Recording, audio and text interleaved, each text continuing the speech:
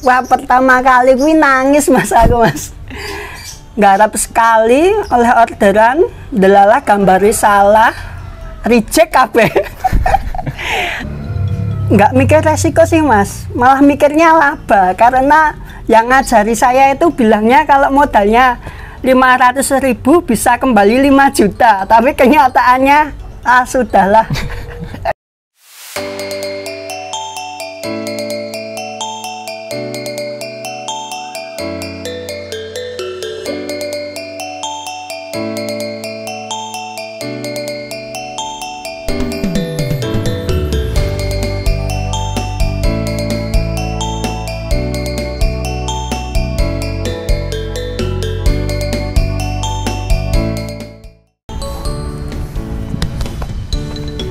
Hai Sobat Baron, berjumpa lagi dengan kita di konten sidak UMKM Baron Putra SPS. Nah, kali ini kita mau sidak kemana ya? Ada satu vendor yang namanya Yaf Production. Wah, di mana itu? Pajang, Surakarta. Kita langsung aja yuk ke sana.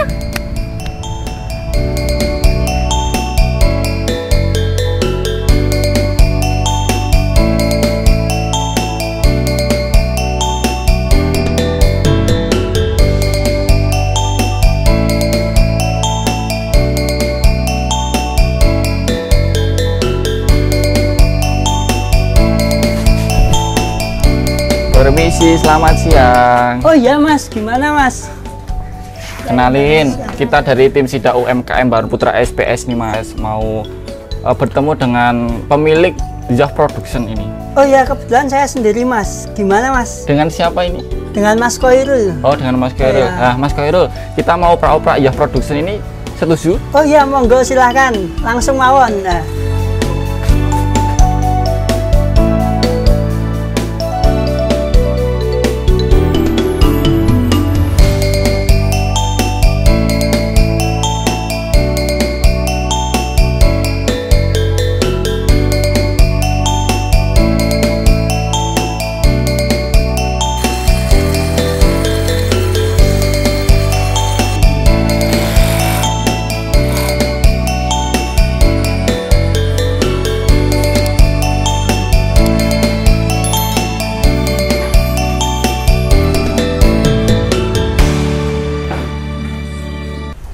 Nah, untuk Mas Koirul, sebelumnya kami mengucapkan terima kasih kepada Mas Koirul telah menerima kami di Yaf Production ya. Iya. Di Yaf Production ini untuk kami opera-opera di acara konten sidak UMKM Baron Putra SPS. Nah, sebelum masuk nih dalam beberapa pertanyaan dari Sobat Baron di rumah, saya pribadi mau tanya nih Mas. Iya. Sebelum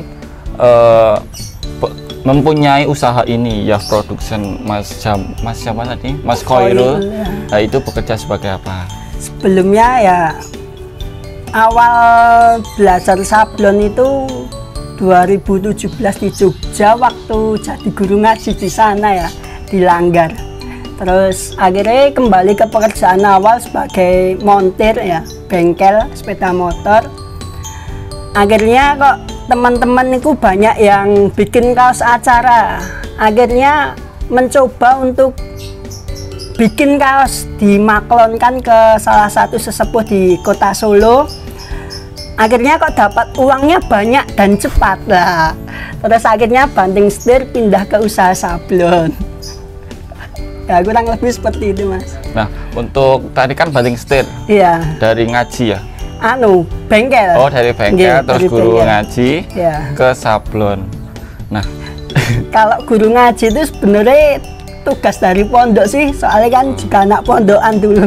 oh, anak pondok. Berarti Mas Koirul ini dulunya anak pondok, Pondok.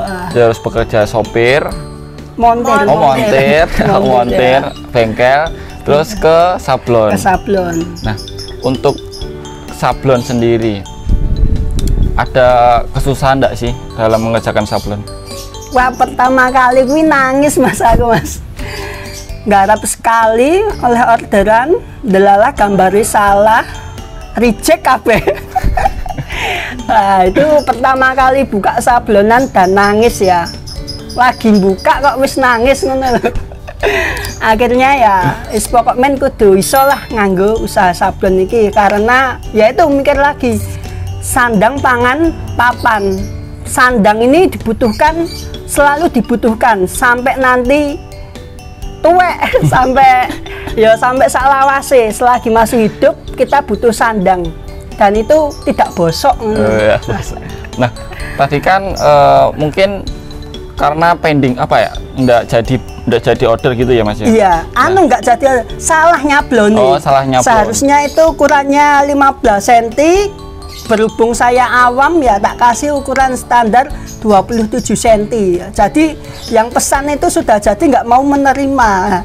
Padahal lagi duit kuwi entek duite mah tombok. Nah, Mas Koril, untuk kenapa sih memilih sablon ini sebagai apa ya, pencarian nafkah ya? Iya.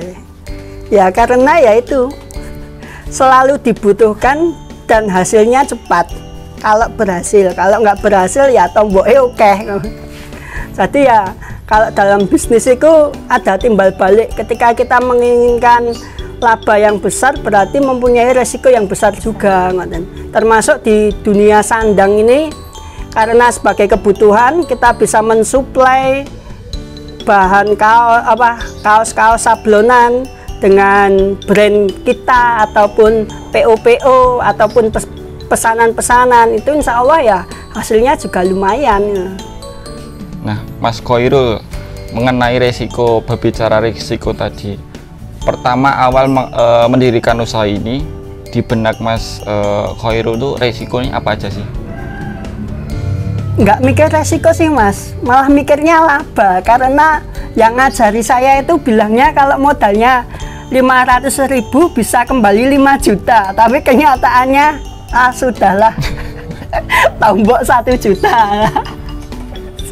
Nah itu yang bikin aku nangis, karena ya belum punya uang kok ya nombok ismono ngoten. Kalau untuk usaha sablon, iya, dulu punya basic enggak? Nggak ada Mas, basic saya itu otomotif, buka bengkel, ya seneng motor ngoten wae. Langsung beralih ya ke sablon. Ya, beralih. Sebenarnya 2017 cuma pengenalan. Terus kembali lagi bengkel karena ya manusia butuh jajan ya. Kita butuh uang jajan, akhirnya buka bengkel. Kok dong utang, wah ini ora prospek. Akhirnya ada acara motor, saya mengajukan dengan foto-foto tempat produksi teman saya kasihkan di ACC, dapat uang dari situ. Loh kok akeh, akhirnya terjun ke dunia sablon. Oh berarti itu mungkin peluang ya? Peluang terus masuk ke sablon. Iya. Wah ini kan sablon pendapatannya lumayan lah. Iya lumayan. Nah Mas, untuk Yaf Production ini karyawannya banyak enggak nih? Karyawan nih cuma berapa ya? Kalau timnya ada 5 sebenarnya. Ya, tim intinya ada 5. Yang admin 1, terus sablon 1, jahit 1 dibantu saya, terus potong 1. Sebenarnya saya juga fleksibel. Di Yaf Production itu tidak harus menguasai satu bidang. Nek isoi kabeh bidang sablon ini di yo iso ngono lho. Karena barang ketok Mas. Kalau kita belajar insya Allah pasti bisa. Pasti bisa ya. Belajar pasti bisa. Nah untuk Yaf Production ini Mas Khoirul ya. Iya. Sablon itu dijual di mana saja? Kalau dijuali di Solo, luar Jawa, terus ya Jawa Timur, Jawa Barat, Jawa Tengah. Kalau sebelum pandemi itu sampai Malaysia, Jepang, dan Kuwait pernah tembus.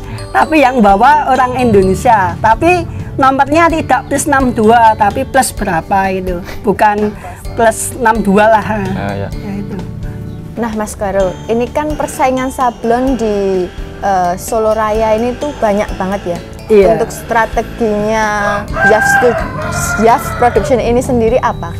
Kalau strateginya sih kata Wakil Presiden strategi langit ngono ya. Kalau kita main bakar uang. Kalau untuk saat ini kompetitor sangat banyak, misal iklan di IG, di Facebook. Dulu memang sebelum tahun 2019 itu profitnya baik, tapi untuk saat ini saya rasa kurang, sehingga kita memilih strategi langit dan perbanyak koneksi pertemanan. Kalau saya sendiri minimal 1 bulan itu harus nambah 2 sampai 6 teman lah. Strategi langit itu tuh yang kayak gimana ini maksudnya? Strategi langit itu ya setiap agama pasti diajarkan ya. Berdoa gitu. Ya, terus kita ya ibadah lah itu. Nah Mas, kalau strategi langit itu kan berdoa dan beribadah nih. Kalau untuk menyaingi pesaing-pesaing yang lain tuh ada strategi khusus atau memang hanya itu tak? Strateginya itu kemaki. Pokoknya kalau kita bersama customer itu harus kemaki ya. Kita mempunyai alat A, B, C, D, E, F, G, H, I, sebutkan semua. Kalau bisa itu kita produksi dari awal masuk kain, potong, jahit, print, milik sendiri semua. Sehingga customer itu percaya lah. Apalagi kan kita menggunakan apa ya, dengan kualitas bahan atau sablonan itu seperti teman-teman yang lebih maju. Sehingga kalau saya pribadi untuk mengiblat sablonan, pertama itu di Jogja, terus yang kedua itu luar negeri malahan. Jadi ya kita harus mempunyai meja rotari, harus punya print dan lain-lain itu. Ya seperti itu untuk meyakinkan customer, cuma itu. Nah, ngomong-ngomong sablonan nih Mas, apa sih Mas keunggulan dari Yaf Production ini? Kalau sablonan kita berusaha presisi Mas. Presisi itu kita cek, kebocoran kita cek, lennya kita cek, terus hasilnya itu pecah atau tidak kita juga cek. Terus kalau sablonan kan otomatis dengan ses cut ukuran. Ukuran kita enaknya di Yaf itu bisa request dari ses pasaran, lokal, Asia, Eropa itu ada. Jadi bisa ngakali biasa. Kalau untuk saat ini ya pakai yang Asia. Tuh, ses cutnya pakai Asia. Sablonnya yang paling sering dipakai itu kebanyakan plastisol. Sering dipakai plastisol. Ya, berarti untuk rubber kurang ya? Rubber kadang-kadang, kalau rubber itu biasanya dari bos-bos klewer itu pakai rubber. Karena lebih ekonomis. Iya, lebih ekonomis. Ya. Kesulitan sendiri antara rubber dan plastisol itu apa? Kalau Yaf Production untuk memproduksi kaos polos, kaos sablonan, kaos sablonan kesulitannya apa ya? Kalau warnanya banyak itu males gitu. Males gesut. Kalau sebenarnya kalau kesulitan ya setiap lini itu ada kesulitan, tinggal kita bagaimana menyikapinya Mas. Nah, menyikapinya Yaf Production itu seperti apa? Nah, kalau menyikapinya kita itu sharing dengan saya, tim bagian proving, sablon, ki kendalanya apa toh? Kan tidak mungkin Mas, saya yang mikir semua, iso-iso stroke awal loh ya. Tadi kita ajak sharing, ki apa toh, kendalanya apa toh, sehingga dia itu mempunyai unek-unek dan kerjanya bisa enjoy dan sesuai yang kita inginkan Mas, hasilnya. Ya seperti itulah. Nah, buat Sobat Baron yang mau sablon kaos buat komunitas atau keluarga atau juga jasa jahit, kalian bisa langsung datang ke sini Yaf Production atau hubungi nomor di bawah ini. Dan Yaf Production dinyatakan lulus sidang.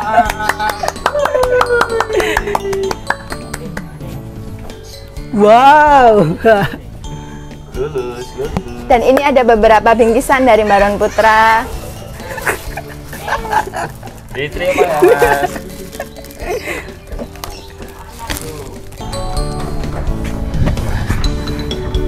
Terima kasih udah nonton video ini sampai selesai. Jangan lupa like, comment, subscribe, dan dukung terus UMKM Indonesia. Ingat sablon, ingat Baron.